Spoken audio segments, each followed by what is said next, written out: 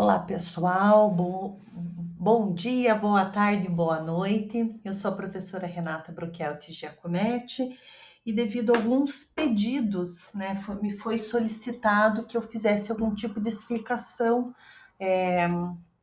aos PowerPoints, porque os estudantes estavam com dificuldade só de leituras.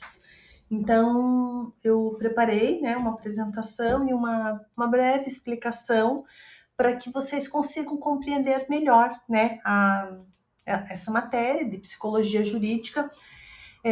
Eu não tenho familiaridade com gravar vídeos, já gravei, já fiz aulas gravadas EAD, mas particularmente eu não gosto muito, porque eu prefiro a interação com os estudantes. De toda sorte, é um esforço que eu estou fazendo para auxiliá-los nesse processo de aprendizagem no ensino à distância. Então, sejam bem-vindos na matéria de psicologia jurídica. Eu sou formada em Direito e Sociologia, para quem não me conhece, eu vou deixar o Lattes disponível para consulta. Além disso, eu tenho uma especialização em psicologia corporal. Então, além de toda a minha experiência, toda a minha bagagem no âmbito jurídico, eu também tenho um curso de especialização na linha da psicologia, então eu me sinto muito capacitada para ministrar essa matéria. Bom, mas então, quando nós ouvimos a expressão psicologia jurídica, é muito comum que se tenha no imaginário cenas de tribunais, perícias criminais e avaliações envolvendo sempre a parte criminal, o direito penal. Mas essa é apenas uma pequena parcela da atuação da psicologia jurídica. Hoje a gente tem uma atuação do psicólogo jurídico em muitos outros, essa especialidade, psicologia jurídica, ela é aplicada em muitos outros ramos do direito, e é isso que a gente vai ver. O papel do direito, então, ele procura disciplinar as relações sociais por meio das normas jurídicas, estabelecendo direitos, deveres e limites para esse convívio em sociedade. Mas essa aplicação ou essa regulamentação através de normas jurídicas, ela não acontece por meio da estrita aplicação da lei. A gente precisa nós precisamos, enquanto operadores do direito, ter um olhar mais humanizado, interdisciplinar. Eu não gosto muito dessa palavra holístico, mas é muito mais nesse sentido integrado, de buscar enxergar os conflitos não com uma lente estritamente legalista, mas também com outros saberes que nos auxiliam nessas soluções de conflitos. E o papel da psicologia jurídica, então, ela busca compreender o comportamento humano e auxiliar no âmbito do judiciário quando a gente está imaginando essa especialidade de psicologia jurídica ou essa atuação do psicólogo dentro das ciências jurídicas. E daí eu lhe faço uma pergunta. Quando você pensa em psicologia jurídica, qual é a primeira imagem que vem à sua mente ou quais são essas primeiras imagens que lhe vêm à mente? Inicialmente, eu gosto muito de partir da etimologia da palavra. Então, qual é o significado da palavra psicologia? A palavra psicologia, ela tem uma origem grega de psique, que significa alma ou mente, e logos, que significa estudo ou conhecimento. Portanto, psicologia significa literalmente o estudo da alma ou o estudo da mente. Durante muito tempo, a psicologia não era compreendida como uma ciência. Ela se tornou uma cadeira autônoma em 1879, quando William Wundt fundou um laboratório de psicologia experimental na Universidade de Leipzig, na Alemanha. Então, foi a partir desse momento que passou-se a se desenvolver em métodos estruturados e a psicologia passou a integrar, né, uma cadeira autônoma dentro das ciências. E a aplicação dentro das ciências jurídicas, ela aconteceu um pouco mais tarde. Aqui no Brasil, na década de 60, mas a partir da década de 60, mas a gente vai estudar isso nos slides subsequentes. Professora, mas a psicologia jurídica e a psicologia forense é a mesma coisa?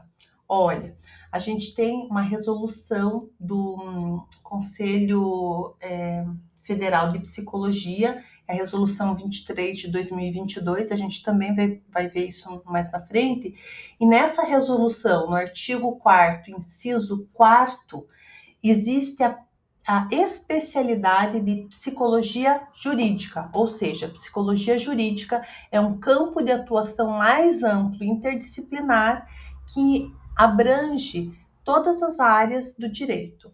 A psicologia forense, por sua vez, ela seria mais específica, focando na produção de provas periciais, realização de perícias técnicas, laudos e pareceres. Então, ela seria uma especialidade dentro da psicologia jurídica. Dentro da evolução histórica, então, nós temos o surgimento da psicologia lá na Antiguidade Clássica, com Aristóteles. Ela integrava, naquele momento, a filosofia. Nos séculos 18 e 19, o iluminismo e a racionalização do direito, elas começaram a criar um diálogo entre medicina, criminologia, sociologia. E no Brasil, a gente teve as primeiras aproximações, como eu falei, na década de 60, 1960, e em 1984 foi incluído na Lei de Execuções Penais a inserção do psicólogo no sistema prisional. Atualmente, a gente tem essa resolução, a 23/2002, do Conselho Federal de Psicologia, que regulamenta formalmente a especialidade de psicologia jurídica. Sobre a história da atuação do psicólogo jurídico na área dentro do Brasil, eu vou disponibilizar para vocês um artigo científico que se chama Um Breve Histórico da Psicologia Jurídica no Brasil, de Lagos e outros autores, né? E ali ele explica de forma muito didática como que aconteceu essa evolução e é bastante interessante, é um texto bem gostoso, uma leitura gostosa e traz bastante conhecimento, então como complementação vai ficar disponível. Um aspecto importante para se destacar é que o psicólogo jurídico, ele existe método, então existe uma série de procedimentos ou protocolos que ele aplica nos casos até chegar na elaboração de um laudo, até realizar um parecer, até apresentar um parecer. Então, é importante a gente entender que não é uma opinião pessoal. O psicólogo, ele segue uma série de diretrizes, protocolos que regem sua forma de atuação. Por isso, né, que essa disciplina é considerada uma disciplina autônoma. Esse caráter, então, científico da disciplina é porque a atuação é baseada em métodos, ferramentas válidas e como o Sistema de Avaliação de Testes Psicológicos, o SATEPS, que é validado pelo Conselho Federal de Psicologia. Além disso, a atuação do psicólogo jurídico é pautada em princípios éticos, respeito à dignidade da pessoa humana, aos direitos fundamentais, à autonomia do indivíduo. Em muitos casos acontece um diálogo interdisciplinar, então são as equipes multidisciplinares no âmbito dos tribunais, E o objetivo é sempre compreender o conflito de forma completa e para trazer um panorama mais objetivo, de forma a auxiliar o julgamento. Então, os laudos, eles não decidem o caso, mas eles auxiliam que o juiz, que o magistrado decida conforme a legislação da forma mais correta, né, possível. Existem várias áreas de atuação, seja a psicologia criminal, que está associado sempre aos comportamentos que transgrediram alguma norma jurídica, a avaliação realizada na psicologia forense. Então, imaginem que tem um idoso numa situação de vulnerabilidade. Muitas vezes é solicitado dentro do processo que seja avaliado as condições desse idoso ou dessa pessoa com deficiência, se o curador, a pessoa que está responsável, né, ou o tutor, no caso de crianças, se eles estão realizando um cuidado de forma adequada. Nós também temos casos de violências, então a conversa que essa vítima tem com o psicólogo jurídico, ela precisa acontecer de uma forma muito suave, para que essas conversas, elas não agravem uma situação ou um prejuízo que a vítima teve, né, em decorrente dessa violência doméstica, por exemplo. E também existe um campo da justiça restaurativa, que são formas de resolver os conflitos antes da sua judicialização, ou mesmo que dentro de um processo judicial existe uma série de protocolos que ocorrem para que os conflitos, a solução dos conflitos aconteça de forma efetiva. Nesse sentido, nós percebemos que a atuação do psicólogo jurídico acontece nos tribunais, auxiliando laudos e pareceres para, dentro de um processo judicial, pode auxiliar também os diálogos iniciais que acontecem na Defensoria Pública, sobretudo porque a Defensoria Pública é uma instituição que atende pessoas em situação de vulnerabilidade. Os psicólogos jurídicos podem atuar em delegacias especializadas, seja violência contra a mulher ou outros, né, violência contra a criança.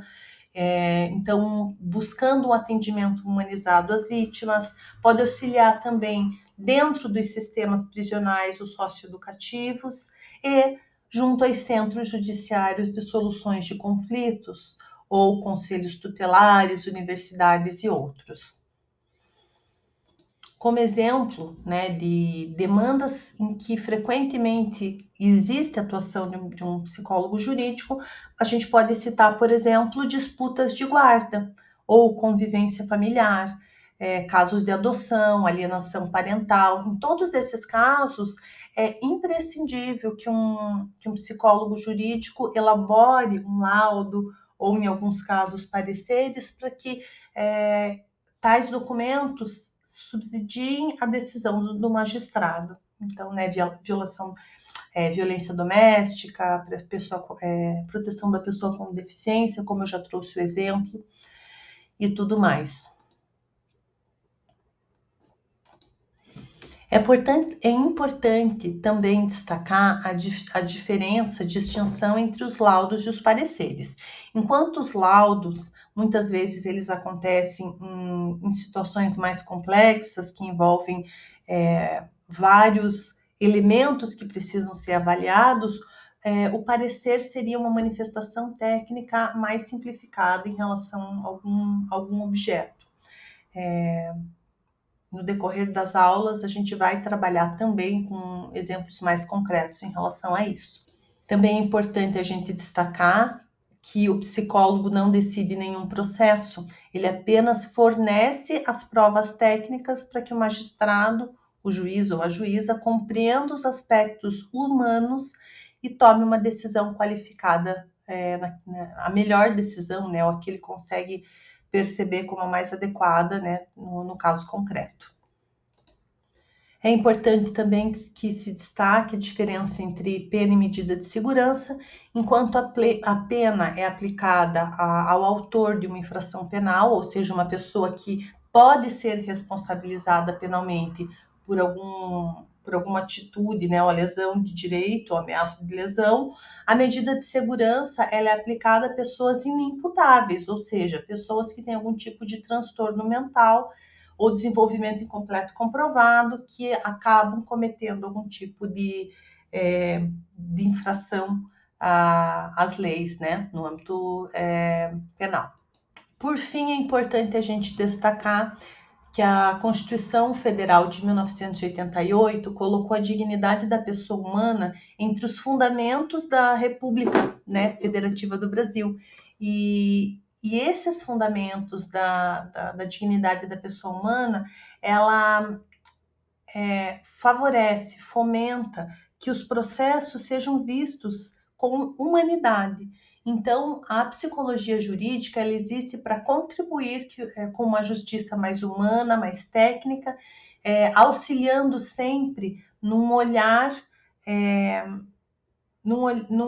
qualificado para essas pessoas que estão em situação de vulnerabilidade ou de riscos. E por fim, como reflexão final, eu trago para vocês que a psicologia jurídica ela existe para ajudar o sistema da justiça a enxergar as pessoas dentro do processo.